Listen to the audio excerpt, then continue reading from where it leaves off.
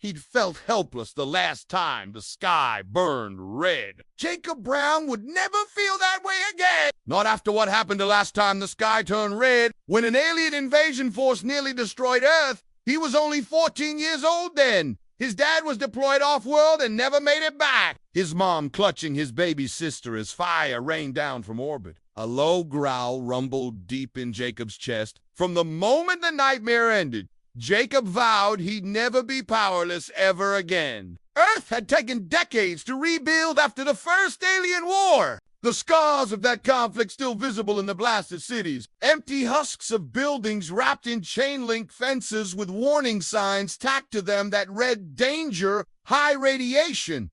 But humanity had used the time since the invasion to prepare. They'd built new weapons, trained new soldiers, and most importantly, they'd gone into space. No more hiding on this little blue dot. Earth had a navy now. A fleet of warships orbiting the moon ready to defend the planet. And Jacob Brown would be one of those defenders.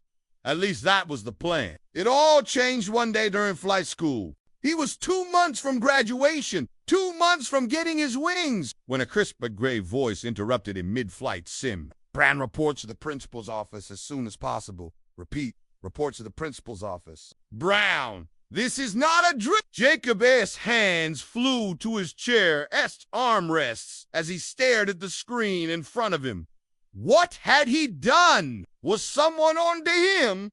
Had he been discovered? He tried to calm his racing heart as he shut down the simulator. It was probably nothing important, just another scheduling. It always happened at least once every couple of weeks. But as he stood outside the principal's door, knuckles white against the metal, Jacob's gut twisted with dread, he pushed the door open and strode inside. The man sitting behind the desk wasn't their principal. This guy was dressed head to toe in black. Even his face was covered, half hidden in shadow under the brim of a black hat. The only thing Jacob could see were the hard glint of the man's eyes. Jacob Brown, the man said, his voice like gravel on stone. I'm here from Naval Special Operations Command. I need you to come with me. Jacob opened his mouth to ask where they were going, what was happening. But the man cut him off. You don't have a choice. Soldier, you'll be joining the Shadow Protocol. Whether you want this assignment or not, whether you're ready or not,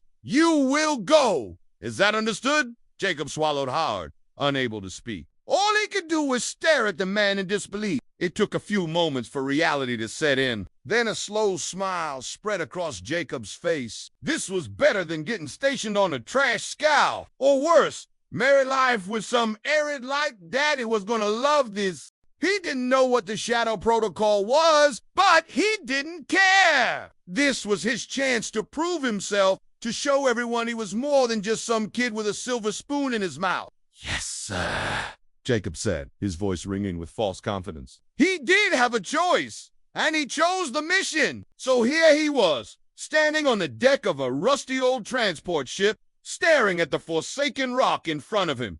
The planet was called its name a whisper at the edge of human consciousness. The reason for that soon became clear. There was nothing on the planet's surface except endless gray sand dunes and a sky so black it felt like a physical presence. In fact, the planet was so devoid of features, it looked like an empty sheet of paper. There was no wind, no sound. The silence pressing in on Jacob like a shroud. The transport lurched violently. Jacob stumbled, nearly falling over. We've got company, a gruff voice said over the intercom. Multiple contacts closing fast. Weapons! Suddenly, the transport erupted in a cacophony of noise. Turret guns blazing, engines screaming, alarms blaring. Chaos reigned supreme. Jacob could hear shouts above the din, barked orders and desperate pleas. But over all of it, like the mournful cry of a banshee, was the sound of alarms.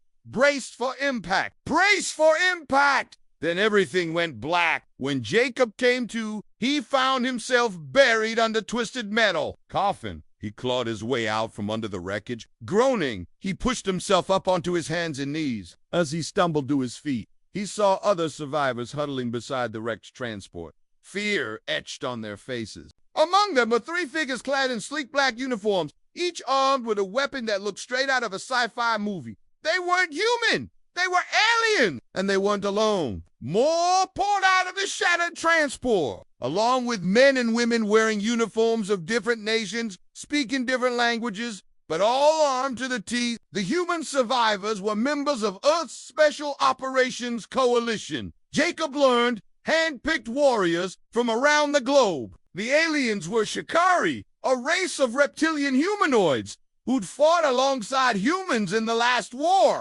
For a moment, Jacob stared at the scattered weapons lying near the transport, then at the scowling faces of the Shikari. One word formed in his mind: ambush. He'd been set up, but why? Who wanted him dead? As if reading his mind, a harsh voice snapped him out of his thoughts. Sergeant, what are we waiting for? Let's move. The sergeant glanced to Jacob, his face grim. Stay close, he said quietly, and try not to get us killed. Their goal, Jacob soon learned, was to reach a crashed scout ship not far from their transport. The scout was carrying vital intelligence that could turn the tide of the war. The problem was, they couldn't stay on the surface of Acheron for long. The air was filled with nanobots left over from the previous battle. If they breathed it in, those nanobots would enter their bloodstream and take control of their nervous system. In other words, the longer they stayed on the planet, the more likely they were to become puppets of the enemy. As they moved through the desolate landscape, Jacob struggled to keep up with the others. The silence was unnerving.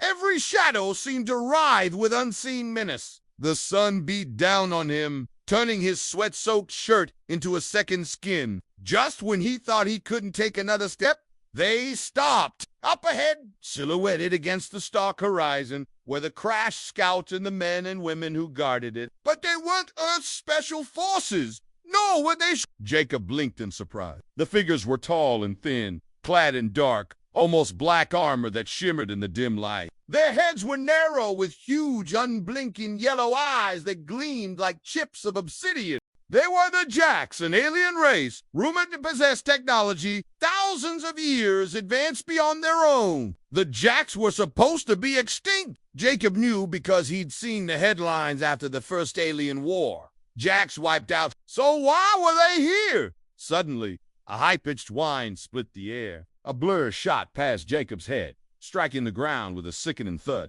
A bullet whizzed past his ear. Another whine.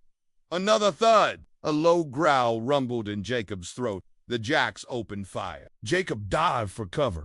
As bullets kicked up dirt around him, his heart pounded in his chest. What was happening? Why were the Jacks attacking him? And who was firing on the Jacks? A corporal knelt beside him. Grab my rifle, he said urgently. It's time to go. But before Jacob could react, a searing pain exploded in his shoulder. He cried out, collapsing to his knees. The corporal rushed to his side, eyes wide with alarm. Stay with me, soldier, he said, his voice tight with concern. Then he was gone, disappearing over a rise in the dunes. Jacob slumped to the ground, his vision blurring at the edges. He closed his eyes, waiting for the darkness to take him. He woke up strapped to a table in a cave. Groaning, he tried to sit up. Easy there, a voice said. Startled, Jacob whipped around. Sitting in a chair nearby was the mysterious officer from Naval Special Operations Command. He gestured to the bandages around Jacob's shoulder. That bullet grazed you, he said. Nothing serious. Your team thought you were dead. Jacob scowled. What's this place? Where are we? The officer stood up, his tall, lean frame casting a shadow over Jacob. This is the Shadow Protocol base of operations, he said, and you're on a planet called Acheron. Jacob frowned, trying to place the name. Why are we here? Why am I here? The officer walked over to a holographic display, bringing up a 3D model of the scout ship. The ship you were sent to retrieve, he said, turning to face Jacob. It was carrying highly classified data on a new weapon being developed by the Kraken. The Kraken, the officer turned back to the display. We believe they are planning to use it to attack our supply line. If we can get the schematics for that weapon, we might be able to stop them. Why not just blast the ship out of the sky? Jacob asked, puzzled. The officer sighed. Because it's too risky. The Clackener, masters of disguise. They could easily hide that ship in plain sight. We need to retrieve it without drawing attention to ourselves. That's why you were sent to pick it up, Jacob. You were bait. Jacob felt his face flush with anger. Bait? What do you mean? The officer met his gaze, his eyes hard. The Jacks aren't supposed to be alive. They followed us here, hoping to claim the prize for themselves. We let them. Now we know what the Clacken are planning, and we know that the Jacks are back, which means Earth needs to be ready for a fight. Suddenly, the cave shook violently. Alarms blared. The officer's face hardened. Get to your post, he ordered. We have company. The enemy was coming, but neither Jacob nor anyone else knew it yet. The shadows were closing in on Earth, and the real war was just beginning.